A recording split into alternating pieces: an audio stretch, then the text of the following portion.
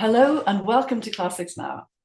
Our festival is taking place this weekend in Dublin, and we're delighted that you're joining us online for this conversation with award-winning author Pat Barker. It's the sixth Classics Now festival, and we would like to thank our funders, the Arts Council of Ireland. We're also supported by the Classics departments of University College Dublin, Maynooth University, and Trinity College Dublin, as well as the Classical Association of Ireland.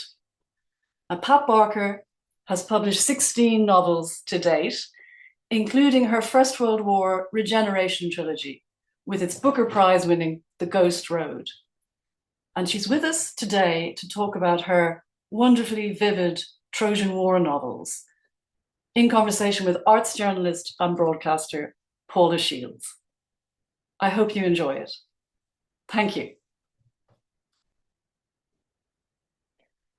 Barker was born in Yorkshire and began her literary career in her 30s when she took a short writing course taught by Angela Carter. She has published 16 novels. These include the Booker Prize-winning The Ghost Road, the third book of her Regeneration trilogy, which is set during World War I. We're here to talk about another trilogy, inspired this time by the Iliad. Homer's epic poem takes place during the 10th and final year of the Trojan War.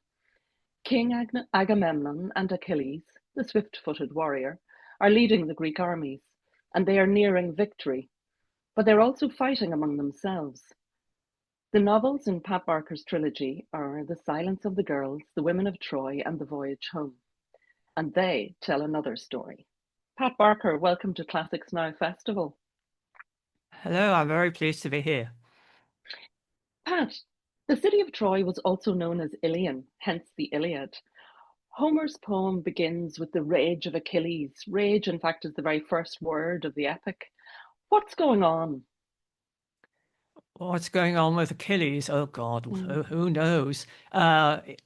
He seems to be in a general state of rage, but I think there are people like this who have an apparent variety of moods, but sometimes all their moods turn out to be varying shades of rage. And he doesn't express a great many other reactions, actually. But the specific rage that starts the Iliad is when Agamemnon, who's had his prize of honor, his concubine, awarded by the army, has had to give her back to her father, then takes Briseis, Achilles' concubine, away from him. And it's a perfectly justified rage, actually, because it is a prize of honor awarded by the army. It's the equivalent of the Victoria Cross or the Iron Cross, and you can't simply take it away from somebody and stick it on your own chest. What Agamemnon does is genuinely rage-inspiring. Anybody would be angry.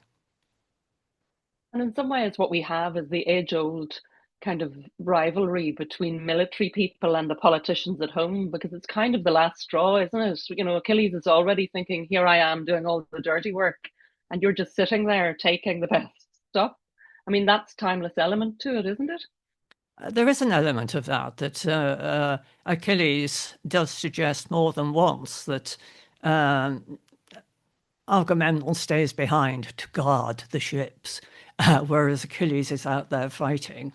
And war throughout is described as a thoroughly dirty business. Ares, the god of war, is almost an outcast. His own father, Zeus, describes him as repulsive.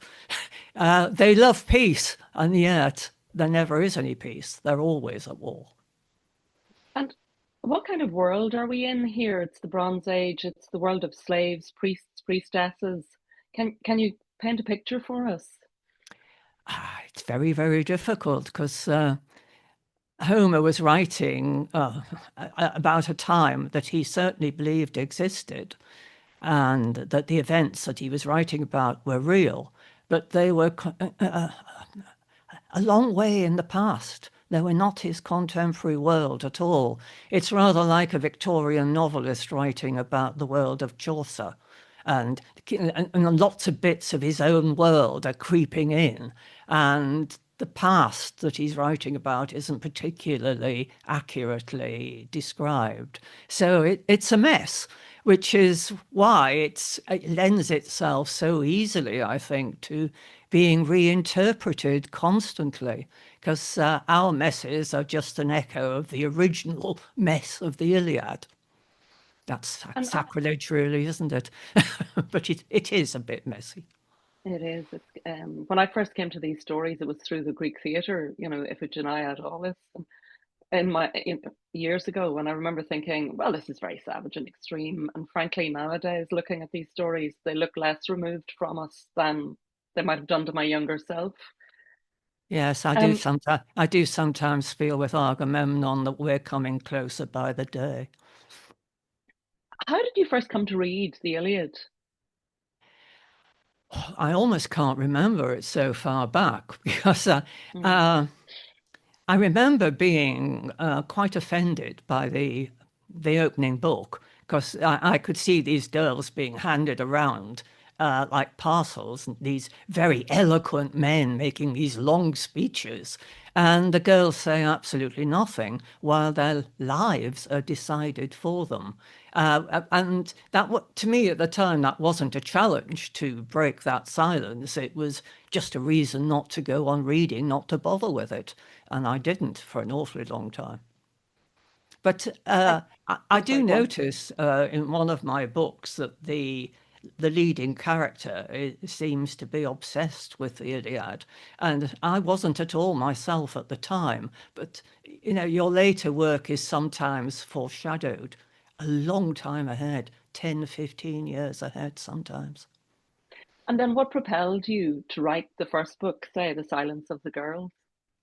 I think I eventually stopped seeing the silence of women as a reason to abandon the male writer who is not giving them a voice. I mean, the Iliad is a great work. It's one of the seminal works of European and world literature.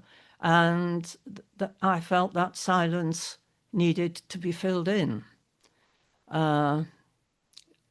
It isn't a case of making the Iliad be about the women, because you can't do that, in fact, because the whole drive of the Iliad is the rage of Achilles. That's the story, that's the plot, and you can't lose that. As Briseis says at the end, uh, she says, I was part of his story, not mine. And she's right, of course. It doesn't become her story, but at least we get her reactions to what happens to her. And hers is, well, she is an important narrator because she's an important narrator in the second book as well, The Women of Troy. But if the Iliad is fueled by the rage of Achilles, here perhaps the colder anger is hers. Um, can you tell us a little bit about who Briseis is? She was a queen in her own right before she was taken as captive. Yes, she was a queen, and it's a very precipitate descent because she's literally a queen one day and a slave the next. A bed girl is one of the descriptions for her, but she's also a prize of honour, which sets her apart from the other women. And she is very aware that the other women in the camp, who are not owned by any particular man, but just, scratch a living around the cooking fires, that their lives are infinitely worse than hers. So, although she's enslaved, she is still in a relatively privileged position, and she's aware of that. And how much was known about Briseis and how much is this character a work of your imagination? Oh, almost entirely a work of my imagination. I Mm. think very little is known about her. And she's Achilles' prize of honor. She's a plot device. She's the latest reason Achilles has lost his temper. And we are told, not in the Iliad though, that after Achilles' death, she was given to one of his comrades in arms. Of course, that's what happened when somebody dies. Their concubines were passed on along with the rest of their possessions.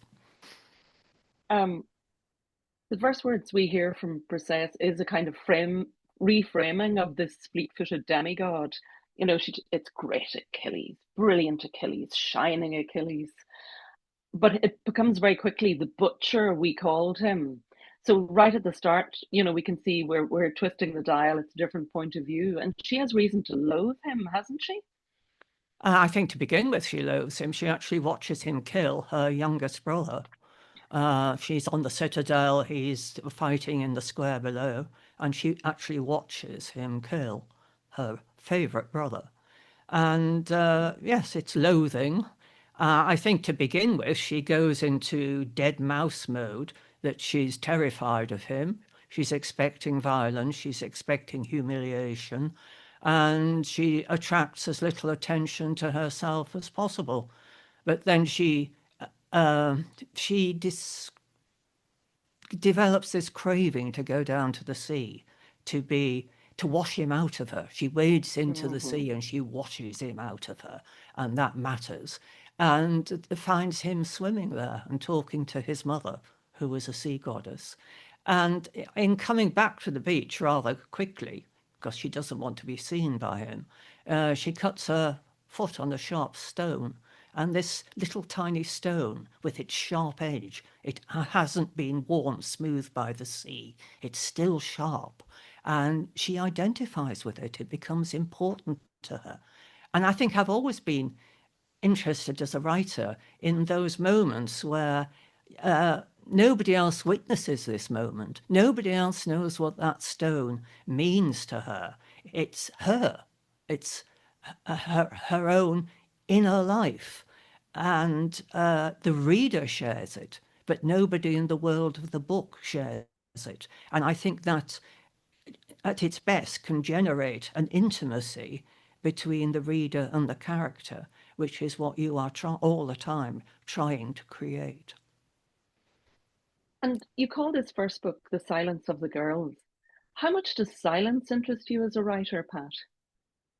Oh, enormously, I think. When I first started out being interviewed, I said very pretentiously, I think in retrospect, that dialogue is sculpted silence. But I think, I don't know whether it still happens. You said you worked in television. I once worked on a documentary very early on, in which the first thing that the crew did was to record the silence, because no silence is the same as any other silence. And they'd set up to record the silence, and the silence was filled with the sound of the director having a pee upstairs. So it was, it was a moment anyway. But yes, I do try to be aware of what the sounds are, what the vibe is before anybody says anything. And that's what I tell beginning writers to try to do, Steph. To look for it and listen to it. And who are these girls? Because some of them are very young. I mean, some of these opening scenes, we get that sense of, they're on the battlements and they're watching the invaders and they are going to be handed over, and some go, they jump rather than face. But can you tell us a little bit about just how young some of these girls are who are going to be Yeah, handed well, over? the average age of a girl at marriage was 15 or 16. 14 for a legitimate marriage arranged by the parents. 14 would have been considered young. 15 or 16 was normal. And girls, women were valued for their fertility, and a girl was most highly prized at the beginning of her fertile years, which is the middle teens. So yes, they are, in terms of our society, shockingly young, and young enough to the unmarried ones who hadn't even left their parents' home, completely at sea in the world they find themselves, because they're not even grown up. And because of that, I think some of them did attach themselves to their owners. The girl Patroclus, Achilles' great friend, owns, is certainly in love with him because she's got nothing else left. He's the only certain factor in a terrifying world. And Patroclus is an interesting figure because he's one of the few men who shows compassion. I mean, he's kind to Briseis, for instance. Yes, and I have read or heard of Patroclus being described as a plot device, because his death is what drives Achilles back into the fighting. But he's not a plot device at all, in my opinion. I think he's the moral centre of the Iliad, to an extent that Agamemnon, who's a bit of a rogue, a rotter, and Achilles, who's nobody would regard Achilles as a moral centre of anything. It is Patroclus, and he is the only one who shows compassion. And then we have Helen of Troy, by way of contrast, one of the most famous characters in world literature, the face that launched 1,000 ships. She holds a unique place in these stories, doesn't she? She's blamed for the war. She's hated by almost everyone. Briseis, one of the few to give her any sympathy. Yes, she is hated by the Greeks and the Trojans. She is absolutely loathed. And she doesn't even like whatever happened. Was she raped? Was she kidnapped? Did she fall in love with Paris? My Helen is, I think, quite different, because this obsession men have with her is not reciprocated. Helen is very, very, very good at weaving. She's an artist. And what she wants to do is push it all away and get back to work. So she's an unusual Helen, I think. Yes, I was fascinated. I'm always interested when writers put an artist or a writer in their fiction, because it's made very clear when she gets to leave that the thing she's most interested in protecting are these tapestries. Yes. It's not people. And I thought, because she's telling a story of, like the Bayeux tapestry years later, she's telling a story of the war as she sees it in the cloth, Yes. in the. She's doing what I'm doing. She's putting Mm-hmm. the female point of view on all this mayhem that surrounds her.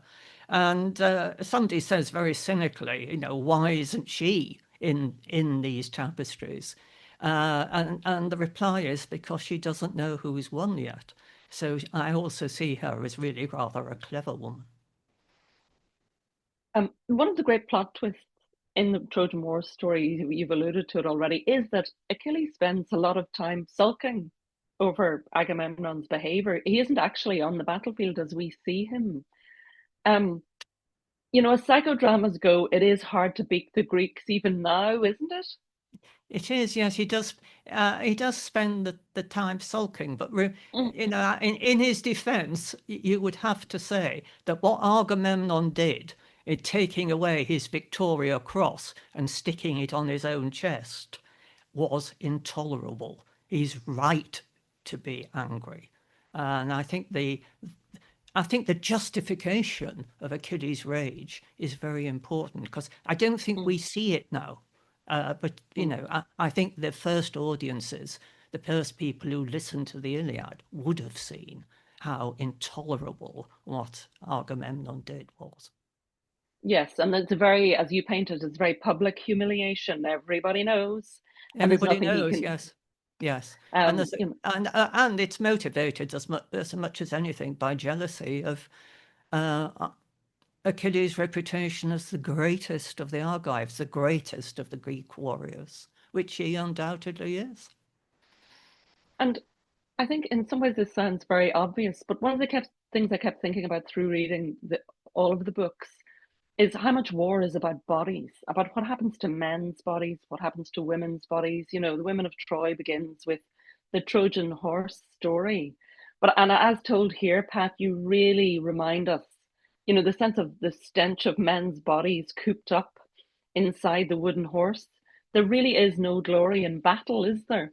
No, not a great deal. Mm. It inspires loyalty and Mm. Mm. courage, but no. And to be fair, the Greeks themselves hate it. As I say, Ares is the most despised of the gods. And I But kept I thinking, think that sorry, go on. physicality is Mm. a gift to the present day writer, because the world you're writing about, whether it's the Tudors or the Bronze Age Greeks, is always seems in its social customs infinitely distant distant from yours. These people believed different things. They acted from different motives, but the bodies are the same, and we all identify with the human body and what it's capable and the pain it suffers. And in the case of women's bodies, the enemy's punishment if it isn't death is rape and pregnancy. Briseis' pregnancy by Achilles is her salvation in a sense, but that's not all it is. Yes, it's somebody who was a leading Homeric scholar once said to me, no woman died in the Trojan War. Actually think about it, it's true. There's a death at the beginning, Iphigenia, who dies to get the wind for Troy. And there's the sacrifice of, I can't remember her name for a second, right at the end. But during the war, no woman dies, which is strange. It's strange, but what it means, of course, is their fertility is so highly prized. And you have to ask yourself, why is the fertility of women so highly prized? Why do the Greeks behave as if women are in short supply? Because they do. They do fight for women. And the clue, I think, is in Briseis, who was the only daughter with 5 brothers. Andromache is the only daughter of 9 brothers. This does not happen naturally. There is never mentioned, but it's there. Female infanticide. Women are in short supply. I hadn't. That's so interesting. And of course, Andromache asks the question that goes to the heart of the problem of pregnancy by rape. How are we supposed to love their children?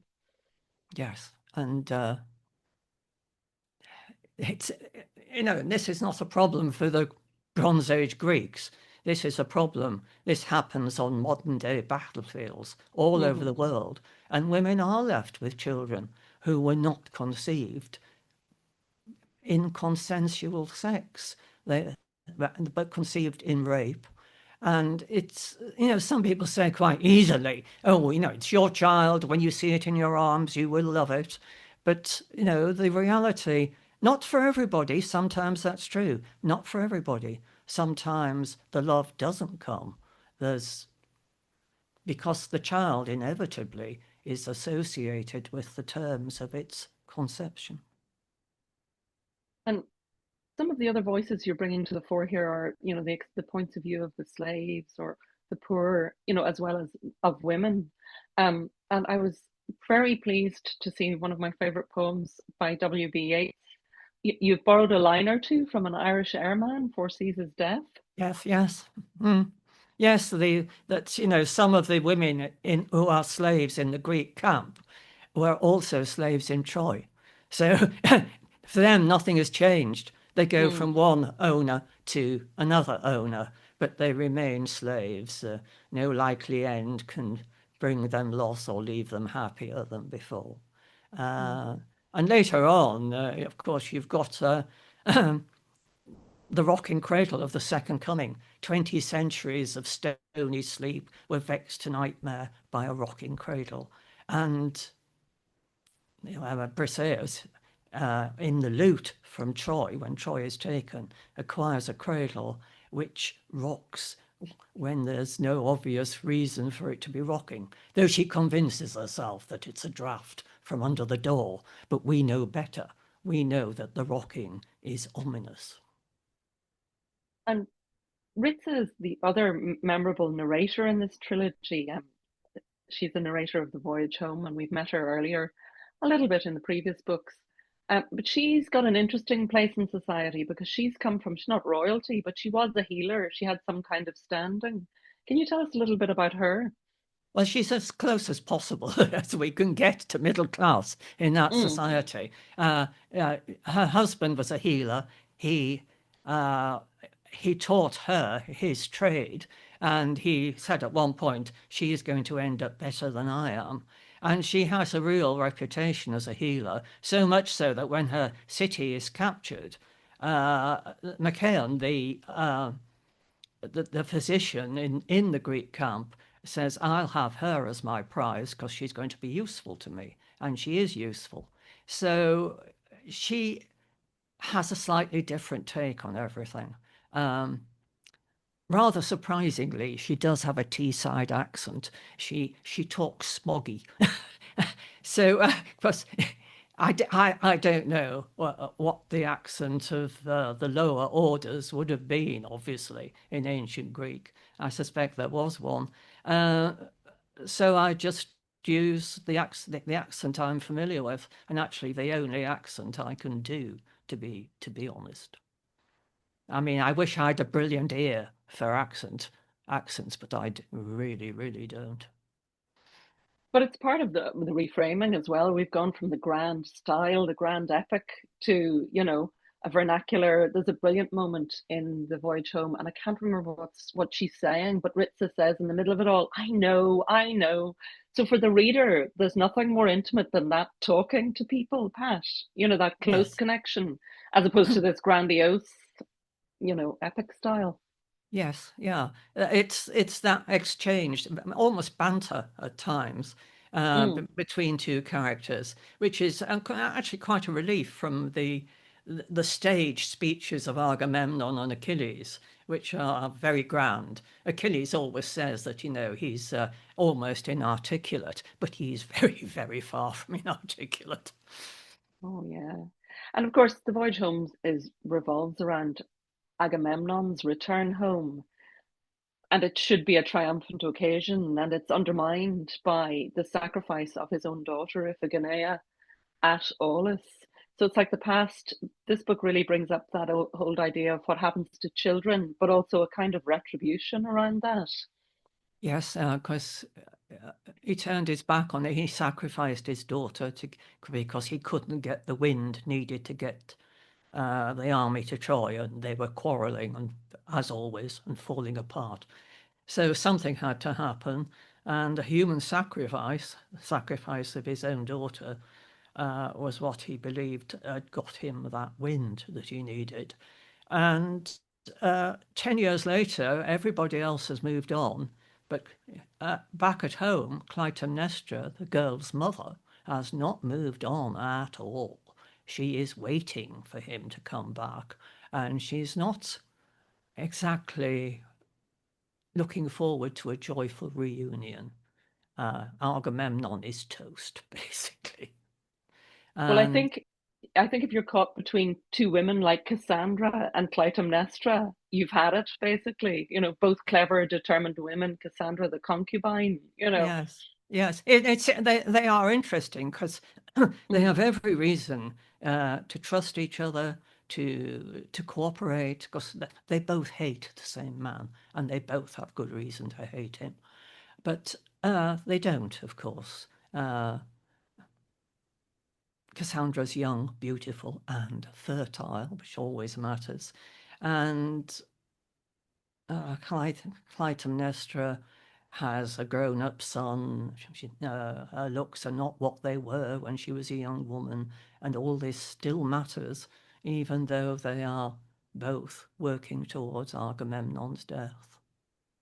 Yes, there are lovely human moments of jealousy even late on with Clytemnestra towards Cassandra, even though she's no interest in having Agamemnon back in her bed.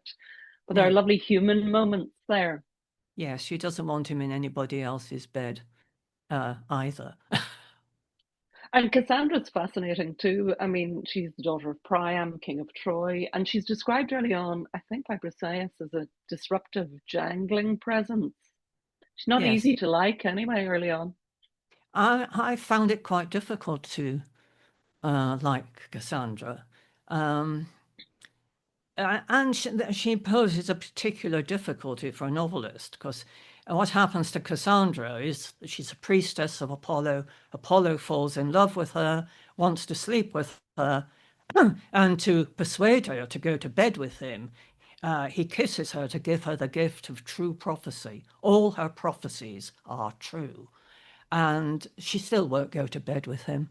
And he's so angry about this that he then spits in her mouth to ensure that her prophecies, though always true, will never be believed. And you think, well, that's a fascinating situation for anybody to be in. But it is a situation. It isn't a story. It's actually quite static. And what you need as a novelist is a story. And the passivity of Cassandra was always a problem to me all the way through. Because wouldn't Clytemnestra have still killed Agamemnon if Cassandra didn't exist? Why does Cassandra have to be there? But apparently, according to Cassandra, you can't pick and choose. A prophecy is fulfilled exactly or not at all. And Cassandra, that curse is really the worst of all possible worlds, isn't it? Because she knows the Trojan horse is what it is. She knows all these things and she is screaming them out because how can you not? But to not be believed, I mean, I think I do feel for her as time wears on, and I suspect you may have something to do with that, Pat. But it's that thing of she's so isolated by the curse. By the curse, yes, and it follows her right to the end of the Trojan War because she knows there are men inside the Trojan horse. She knows it's a trap, and she still can't stop them bringing it through the gates, which ends the war. One of the things that I didn't know that I found really fascinating and that recurs from time to time is this idea of the laws of hospitality, Pat, the guest friend. Can you tell us a Yes. little bit about that? Because it Yeah. sets the war off, but it reoccurs with Priam's death, say, and it endures down generations onto the battlefield. Yes, it's if basically if you accept a man into your house, generally it will be a man, of course, and accept him as your guest, you incur obligations towards him, and he incurs obligations to you, and they are lifelong, but they don't just end with your life. They pass down from father to son. So in one part of the Iliad, the two young men, one Trojan, one Greek, meet about to fight to the death, and they realize in the course of a conversation, they always talk to each other before they kill each other. They find out that their grandfathers were guest friends. They had entertained each other in their houses, and it then becomes quite impossible for them to kill each other. So they arrange that in future, they will avoid each other on the battlefield. And everybody else understands that. Nobody thinks they've chickened out and refused to fight. They did exactly the right thing because that bond is indissoluble. And it is formed when Priam goes to see Achilles. Achilles accepts him as a guest, and at that point it applies also to Achilles' son Pyrrhus, who And it's one of, violates it. yes, in the most appalling way. But the Prime going to see Achilles is one of the most incredible scenes, isn't it? Because he takes a risk and he's come to get the body of his son Hector. And that kind of courtesy that's afforded, well, it gives us a much needed breathing space. Yes, and that I do believe that is one of the great scenes in world literature, Mm, because mm, you've got this old king kneeling to this young, strong warrior, mm. kissing the hand of the man who killed his son. And that act sort of reverberates. And Achilles' son can't really understand it. He can't understand that as anything other than cowardice. And yet Priam has done this immensely a courageous thing of walking into the Greek camp unattended, no armory. He doesn't even have the dagger that all men carry with them all the time to cut their meat. He doesn't even have that. And even Achilles is taken aback by the courage needed to do that. And he starts asking himself, could I do that? Because, of course, he's very competitive where acts of courage are concerned. And they like each other. It's an incredible moment in the midst of all this horror. They respect each other. And then we have Pyrrhus, 16 years old, never met his father. living in the shadow of this great celebrity. I thought he's like the son of a Beatle or something who wants to play Yes, music. yes, yeah. Like a very, I mean, an appalling character in many ways, but also in a very difficult situation. And then the murder of, he kills Priam, but he butchers him. It's really horrible. There's no glory in what he does. No, he's an incredibly disturbed person. But then, he's had a hard time because I almost think the worst father for a son is a dead hero, somebody you never knew, but whom you hear praised to the skies on all sides. And inevitably you think, I've got to match this. And you can't possibly match it. So, you're doomed to fail, really, from the moment you're born. Uh, so, yeah, Pyrrhus is not a pleasant character, but he's an incomprehensible character, I think, in terms of living in Achilles' shadow. Did you go back to the Iliad when you were writing these books, Pat? Did you do other reading around, things like the Aeneid or the Greek tragedies, or did you need to leave that all to one side? I tried to put everything else to one side and for it just to be the Iliad, because especially with the Silence of the Girls, I did find I did think of it as a book in conversation with another book. Like for example, Jane Eyre and Wide Sargasso Sea. I like books that are speaking to another book.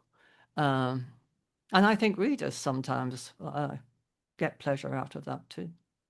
Mm. I think of writers, you see, not as occurring in chronological order from the beginning to the what's in whatever is in the Sunday Times bestseller list now. I think writers are always round a table.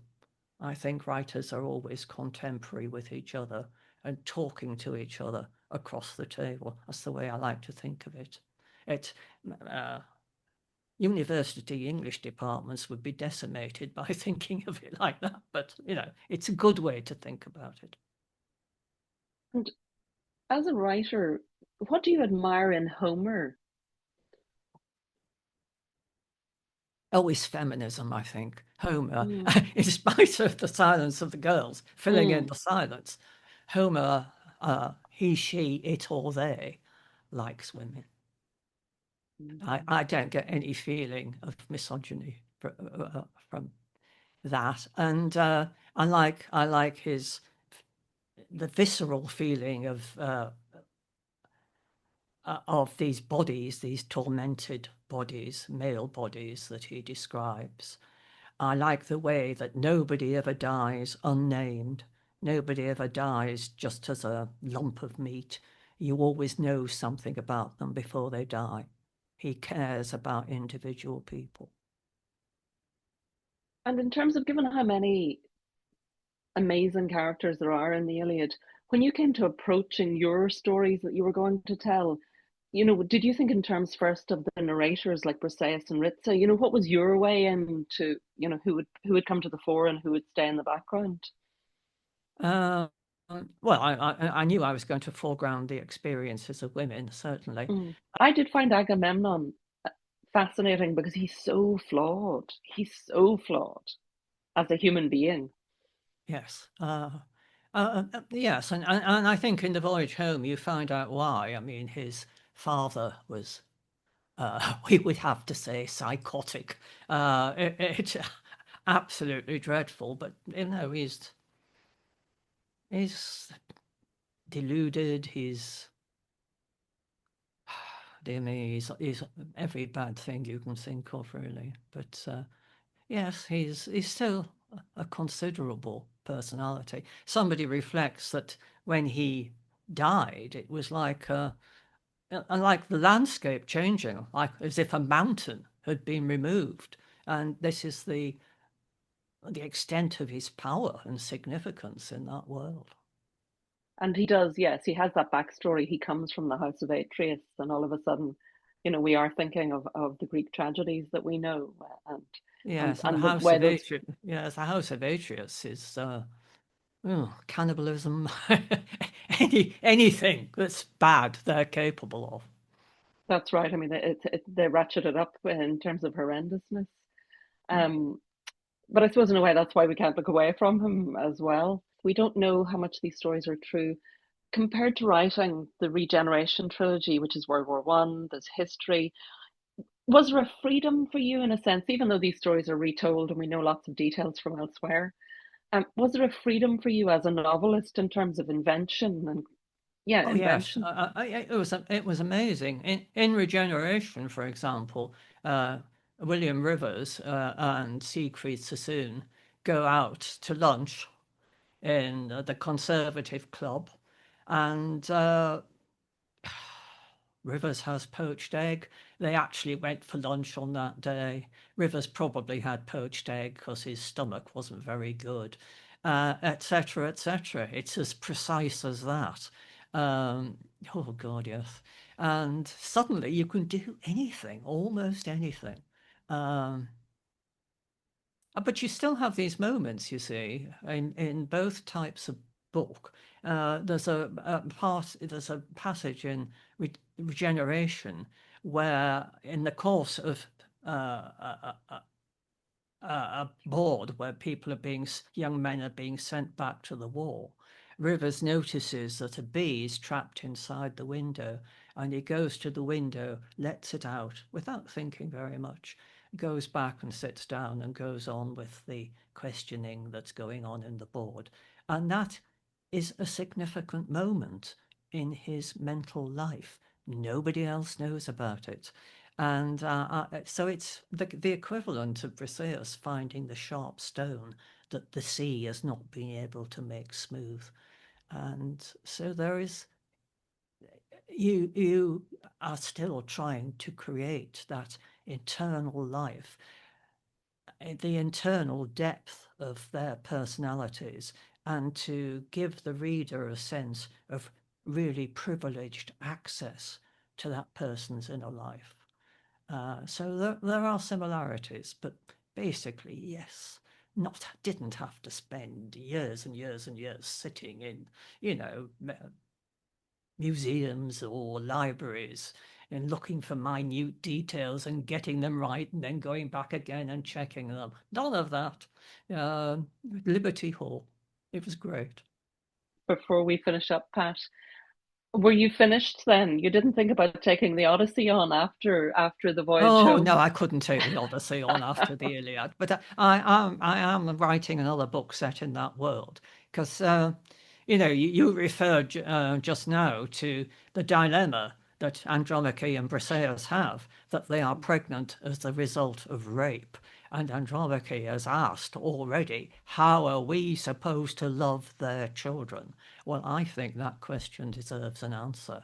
So I'm writing a book called When the Bow Breaks, which, God help me, attempts to give an answer.